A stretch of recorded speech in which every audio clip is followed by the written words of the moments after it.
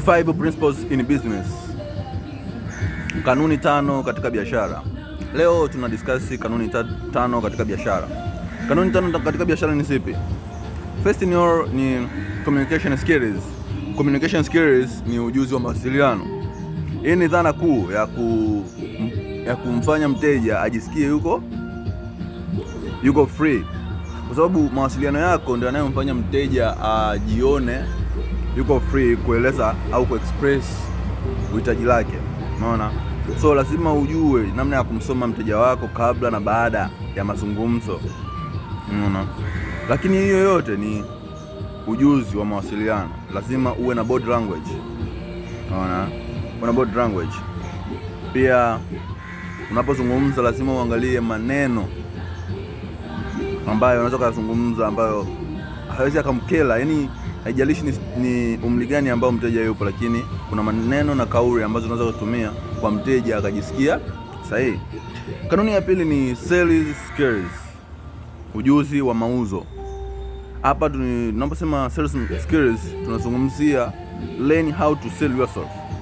Yaani lazima ujifunze namna ya kujiuza mwenyewe. Unapopewa dakika 2 tu za kujitambulisha sehemu, iwe ni kwenye seminar au mkutano wote, dakika 2 zinatosha watu kukufahamu wewe ni nani, unafanya nini na unafanya shughuli gani. Umeona? Ya tatu ni customer service. Hapa ni huduma kwa wateja. Hii hapa ndo dhana kuu ambayo inambakisha mteja au inamondoa mteja. Kama mfanyabiashara lazima uwe na customer service ya tofauti. Lazima uwe na customer service ya kwako ambayo inakutofautisha na wafanyabiashara wengine. Hata kama kuna wateja wanaenda sehemu nyingine, akija siku moja tu kwako, kutokana na customer service yako inafanya yeye awe yani ashawishike kuja kila siku akiwa na uhitaji. Kanuni ya 4 ni financial management.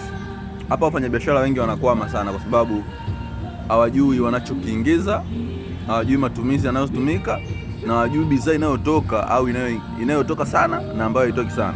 Hiyo inawachanganya sana. Kwa mtu anashindwa kuwa na management nzuri ya kifedha kwa sababu hajaweka mipango mikakati ambayo inamuongoza. Unaona, hajui kwamba nimeshuka au nimepanda.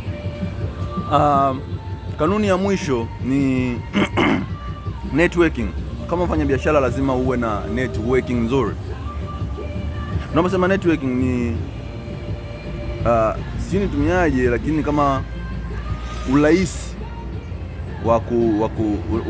wa kupatana na watu, iwe ni kwenye semina au mikutano yoyote inayohusisha biashara, uwe na uwezo kama mfanya biashara wa kuzungumza na mtu mwingine, hata kama mvamiendo mara ya kwanza, lakini uwe na ujuzi wa kuzungumza na mteja yule, au hata kama sio mteja, labda mfanya biashara naye, uwe na uwezo wa kunegotiate, yani muwe na mazungumzo kati yao, sababu utakapozungumza ndio utakavyojieleza kwamba unajihusisha na shughuli fulani, unafanya biashara fulani au unatoa huduma fulani.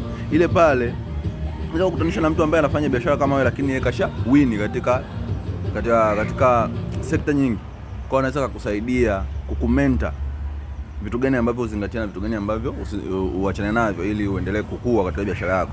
So hizi hapa ni principles 5 ambazo ni